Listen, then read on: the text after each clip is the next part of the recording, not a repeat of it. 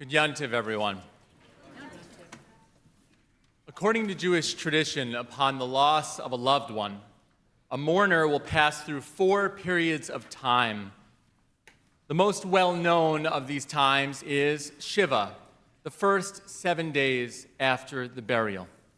There is Shloshim, the first 30 days after burial, and Yartzeit, the 1-year anniversary of a loss.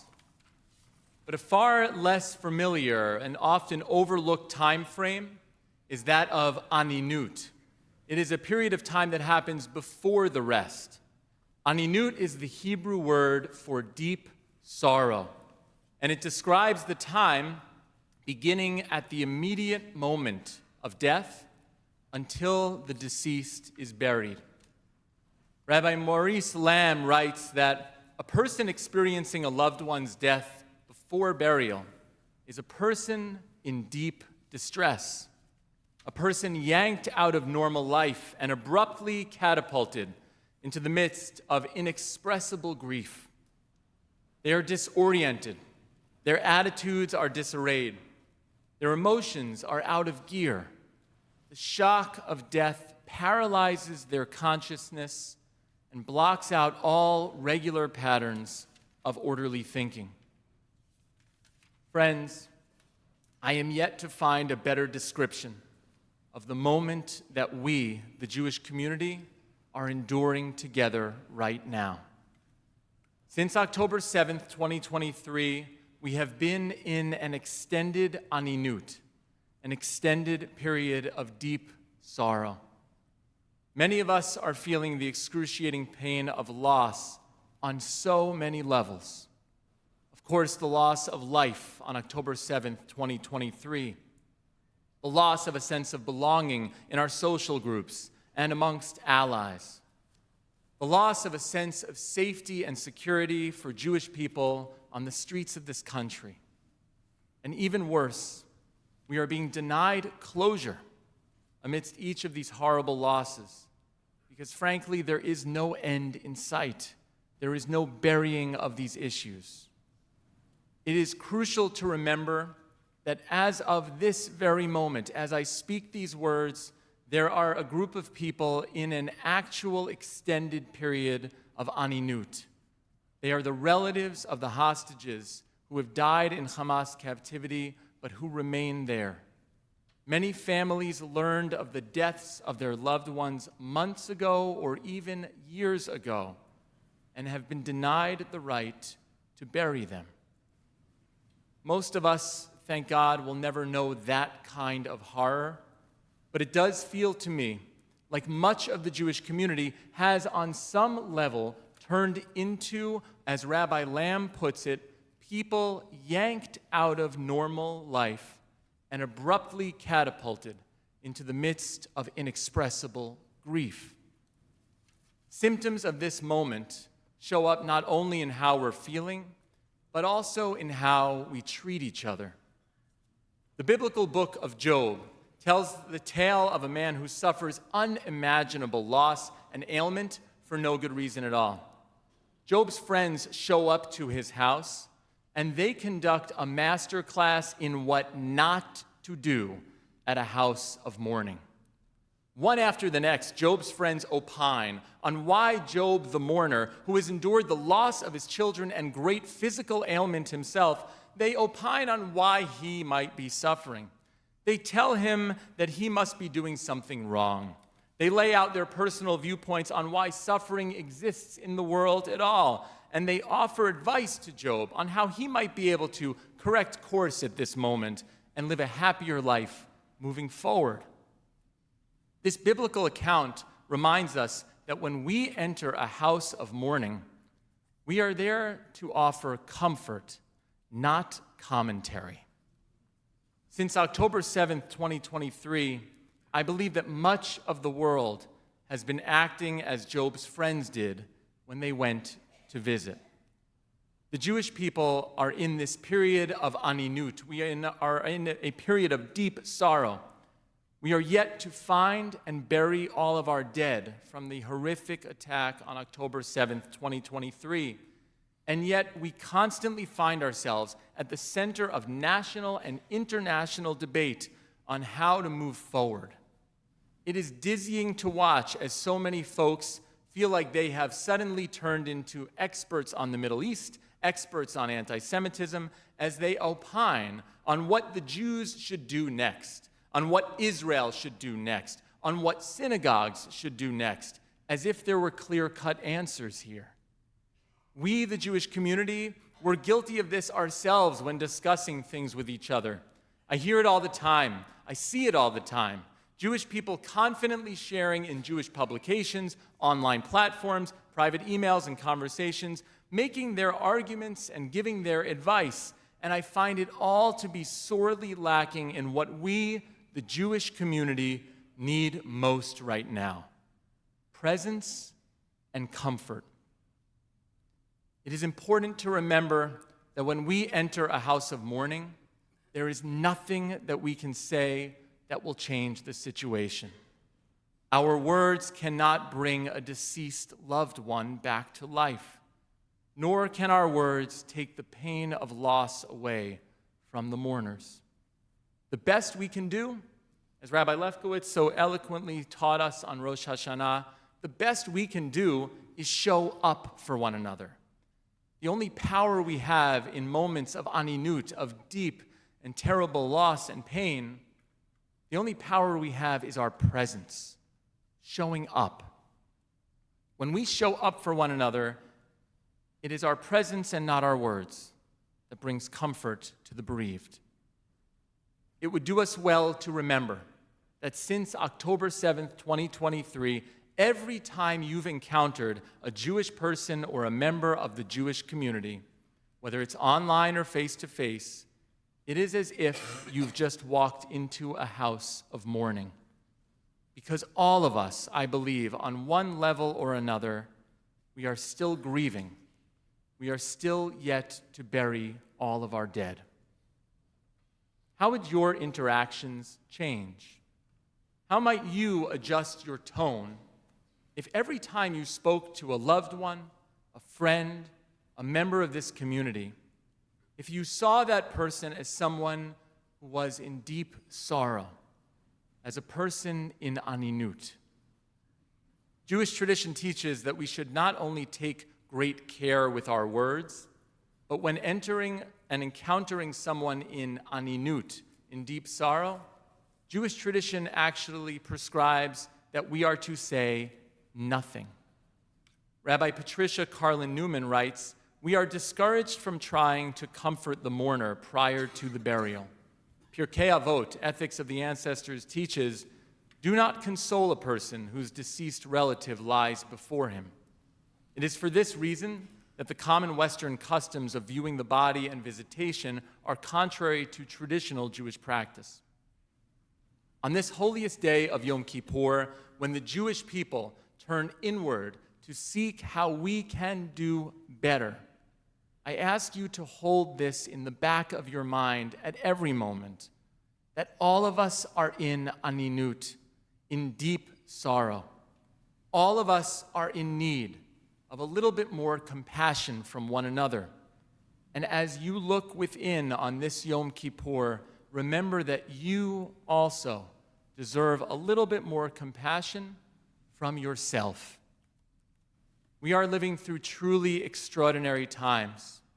This call for more comfort and compassion, it's not only for your sake, it's not only for mine, it's for the sake of our community, and it's for the sake of the Jewish people worldwide, our family, and our friends.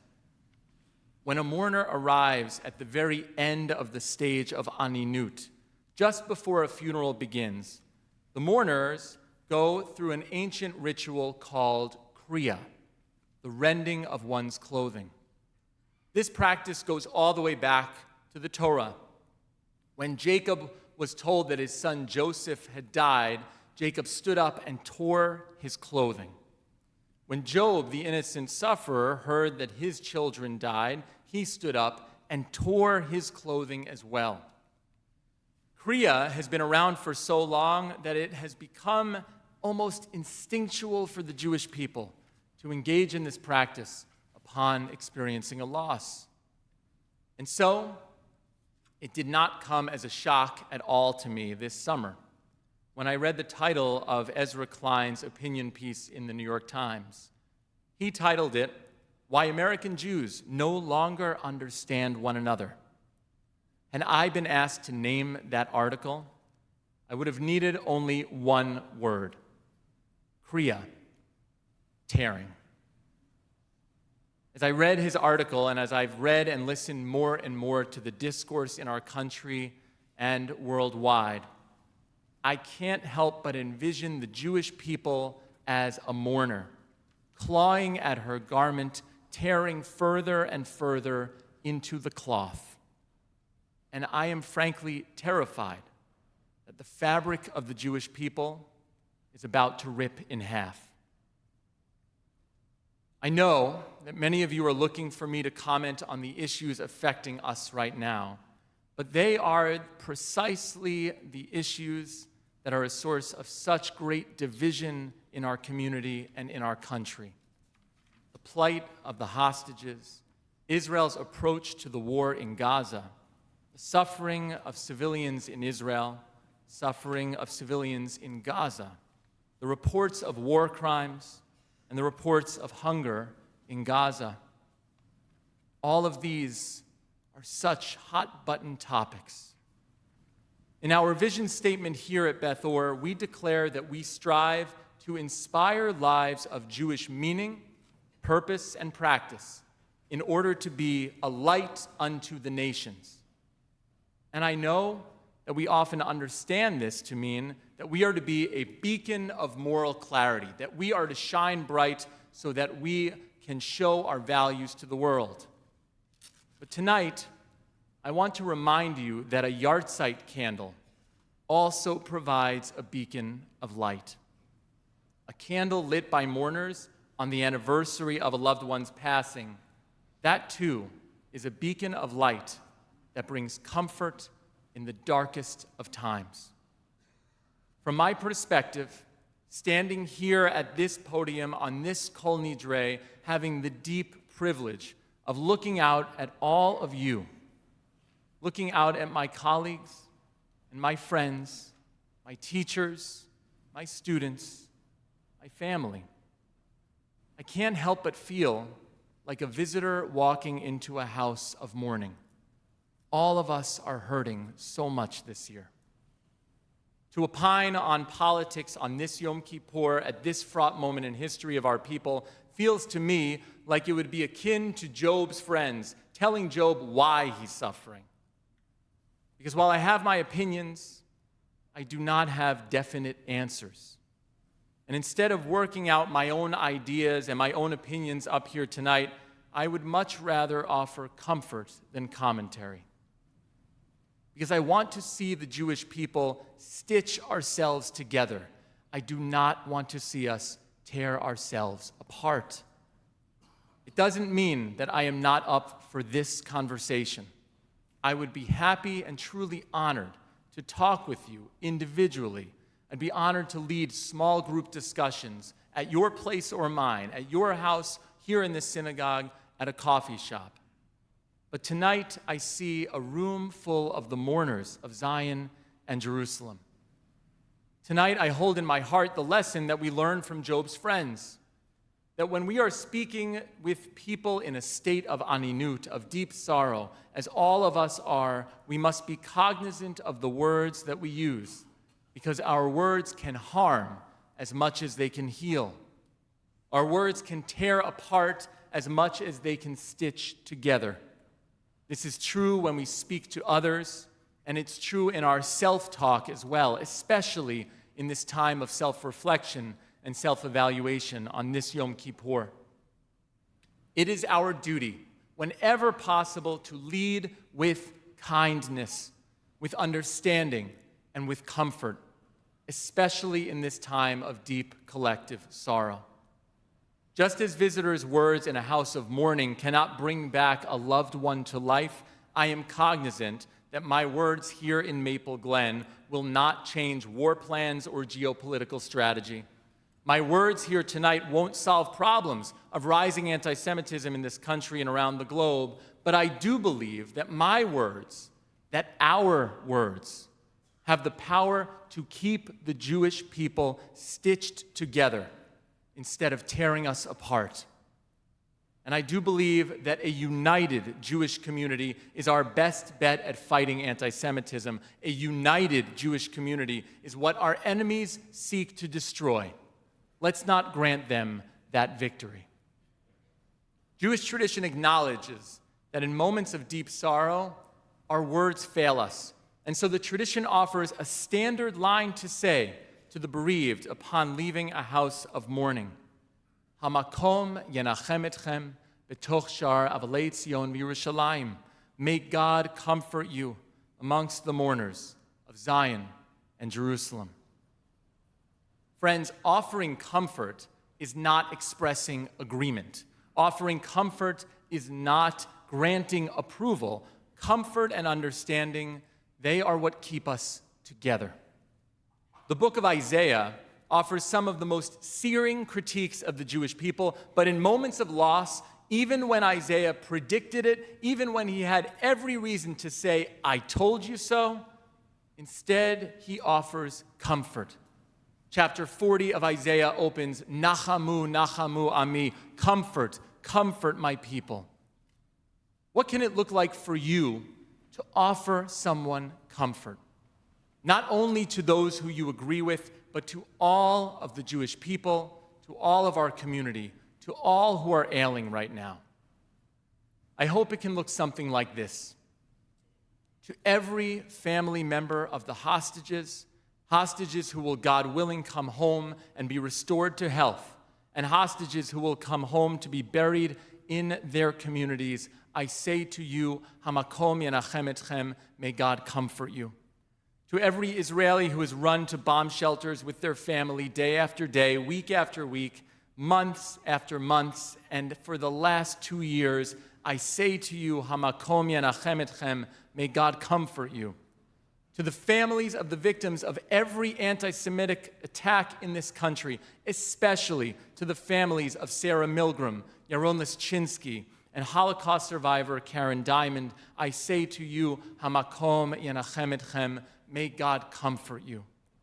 To our governor, Josh Shapiro, and his family, who, thank God, survived unscathed, but endured the torching of the governor's residence on the first night of Passover this year, Hamakom yenachem etchem, may God comfort you.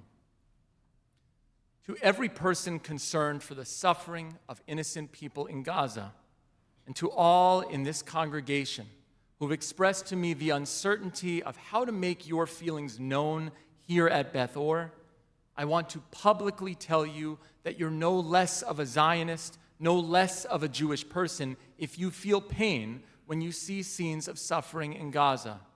You are not alone, and you belong here. Please, you belong with us in this community. To you I say, Hamakom yenachem etchem, may God comfort you. To every person who is struggling this year for whatever reason, from personal reasons to global reasons, to every person who is hoping and praying, God willing, for a better year ahead, Hamakom yenachem etchem, may God comfort you. On October 7th, 2023, Yuval Raphael was at the Nova Music Festival. With rockets overhead and terrorists invading Israel, she ran into a shelter to hide. The terrorists broke into the shelter and opened fire on the partygoers. Yuval Raphael played dead under a pile of bodies for 7 hours until she was finally rescued by Israeli soldiers. After she was rescued, Yuval embarked on a journey to find comfort in something that she loved. She found it in her voice. She began pursuing her dream of singing. A little over a year later, Yuval Raphael was selected to represent Israel in the Eurovision competition, the world's largest international song competition featuring musicians from 37 countries around the world. The slogan of this year's event was, United by Music. But that didn't stop fans from acting from a place of anger and hate. The Israeli delegation had to file a police complaint after the Eurovision welcome parade, where attendees made violent gestures towards Yuval and spat at the delegation. Imagine if those fans, acting from a place of anger and hate, imagine if they truly understood what Yuval had already gone through. Imagine if these fans truly understood the trauma that she is going to carry with her for the rest of her life. Imagine if instead they had the strength and maturity to say, in whatever language they spoke, Hamakom yarachem etchem. May God comfort you. Yuval's response was to sing her heart out, and through her music she offered comfort to us all. In a line that very much inspired this sermon, she sang, "Everyone cries, don't cry alone." Eurovision is known for being energetic and fun. The artists' outfits are almost always bold and loud and vibrant. Yuval Raphael, in contrast, took the stage wearing all black, the color one wears to a funeral. As she began singing, it became clear that the fabric of her sleeves extended well beyond her hands.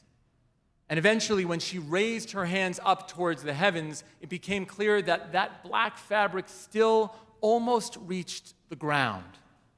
Many understood the fabric to be like Batman's wings, an homage to Ariel and Kfir Bibas, two little boys who loved Batman, two little boys who had their whole lives ahead of them until they were kidnapped on October 7th along with their mother Shiri, and they were brutally murdered in captivity. But I saw even more in Yuval Raphael's extra fabric on her sleeves. In her sleeves, I saw enough fabric for all of us. I saw sleeves that made her arms large enough to embrace an entire people of varying opinions and political persuasions and ideas about what our future looks like and how we can best get there together. She had enough fabric to embrace the entire Jewish people without the fabric tearing apart. Yuval Raphael placed second out of 37 countries in Eurovision this year. Her song, "New Day Will Rise," has brought great comfort to so many. And I hope it can bring comfort to you in this time of deep sorrow, in this time of aninoot. May the light that shines forth from this house of light be a light of comfort to you in this shared time of aninoot, in this time of deep sorrow. May our shining light remind you that everyone cries, and together we do not cry alone. Hamakom yarachem etchem b'toch avlei Tzion v'Yerushalayim.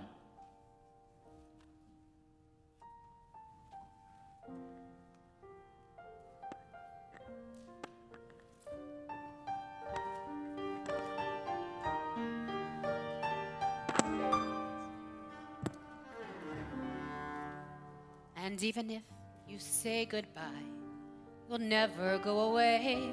You are the rainbow in my sky, my colors in the gray, my only wish upon a star, sunshine in the day, the only song my piano ever plays. And even if you say goodbye, you'll always be around to lift me up and take me high.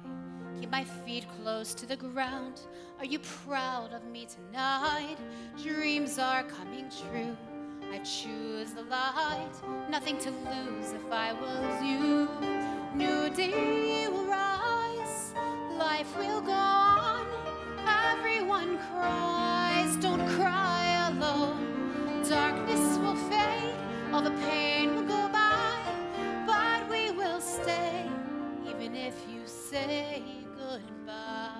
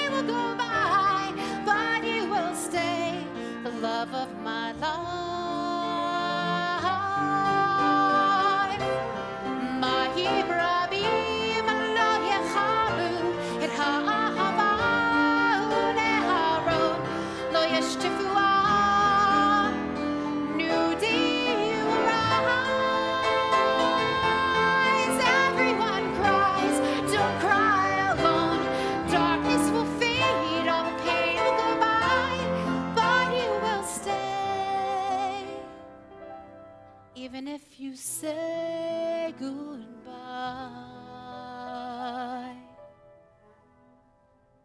New day will rise.